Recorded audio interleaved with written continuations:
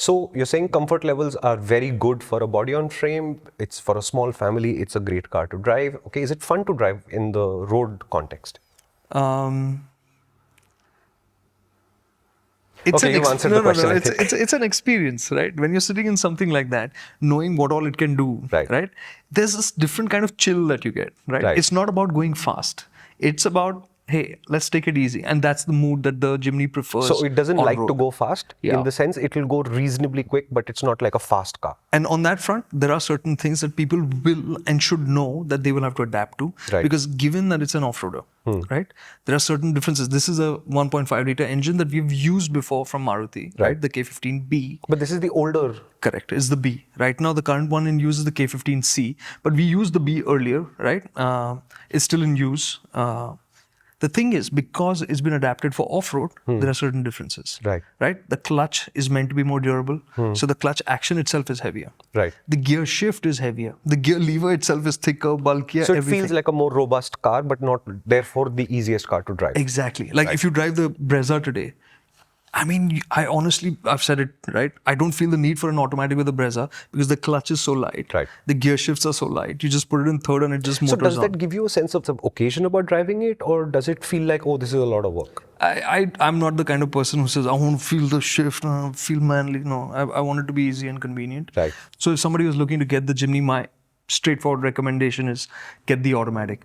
Because even though this is the old 4-speed automatic, it's peppy. Somehow they always manage to tune Yeah, it. So Maruti does gearboxes amazingly. Yeah. It's I don't know how it happens. It's just a 4-speed gearbox, but it works just fine. And I tried it off-road and I thought that's where it'll struggle, right? But it was just peppy. If you think about it, if a Maruti gearbox starts braking, and I'm not saying that they brake, but if you had third gear left on most Marutis, you'd still have enough gears to get around the city. You'd never need anything else. This has 4 anyways.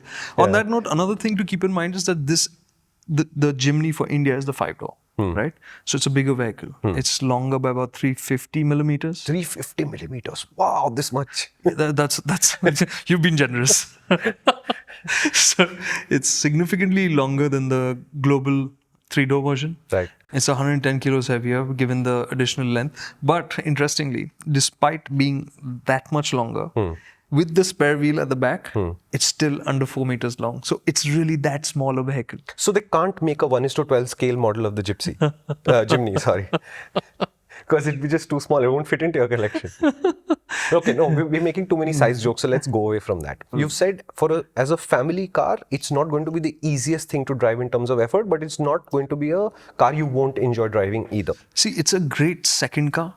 Because if you assume that you're going to be spending, specifically, if you want one all-rounder, if you're going to do frequent, once a month, you're going to make a long-distance trip, is this the ideal car to travel long distances? No. So can you justify this purchase saying we chose this car as a more lifestyle-y choice and we gave up some of the practicality and ease of use cases, and that's what we selected? Absolutely. I think that is what is needed a lot. See, think about it like this.